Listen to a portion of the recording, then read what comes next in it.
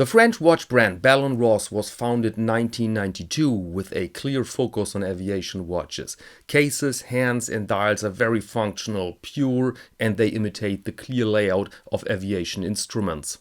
But now Bell & Ross has announced a very different watch, not necessarily in reach for most of us, but certainly worth a closer look, because it demonstrates something that you could find more on normal watches in the near future. Specs first. The BR05 Artline Dragon is an automatic watch with a typical B&R square case, 40mm in width and length. The watch is 10.3mm high and has an integrated bracelet. It has sapphire crystals on both sides and is powered by the caliber BR321, which is an enhanced Slater SW300-1A with a power reserve of 54 hours. The watch is watertight up to 100 meters and limited to 99 pieces. Price is indicated with 8,200 euros including VAT, or about 7,700 US dollars without VAT. So, a reference to Chinese mythology. Many watch brands do that, not only because of emerging wealth in China and Taiwan, but also because many Westerners are attracted by elements like the legendary Chinese dragon. On February 10th, they write, the Chinese New Year marks the beginning of the Year of the Wooden Dragon. The dragon itself is the symbol of brave men, but it also stands for goodwill, prosperity and luck. Well, all good, but we know that this is 99% marketing. No, the elephant in the room, the dragon in the room, is of course the engraving of the entire watch.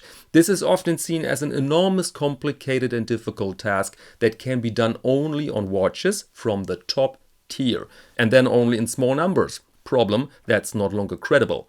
We've seen enormous progress in watchmaking in terms of materials and methods. Even micro brands can pull off concepts that were a long time the well-protected key capability of the big names in the game. In case of our Artline Dragon, we'd love to see that Chinese artisan who does everything by hand.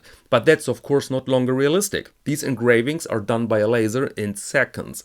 Their development and application are of course costly, but not really a breakthrough.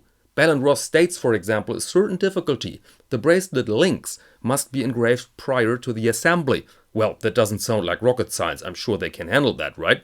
So at the end, this engraving is little more than an advanced coating, a dress for the watch. Question now is, will we find more of this on regular watches in the near future? My guess is yes, but only if certain requirements are met. A more universal design for starters, without too many bonds to a certain mythology. Second, engravings that go along with the watch itself in a convincing form. Here we see some severe collisions. The screws on the bezel are a Bell & Ross trademark and in line with the core design language. But here, framing that dragon, it looks rather odd. Same applies to the date window and especially to the logo. The hands shall symbolize fire or whiskers of the dragon, which makes sense, but it robs the main function of the watch, telling the time.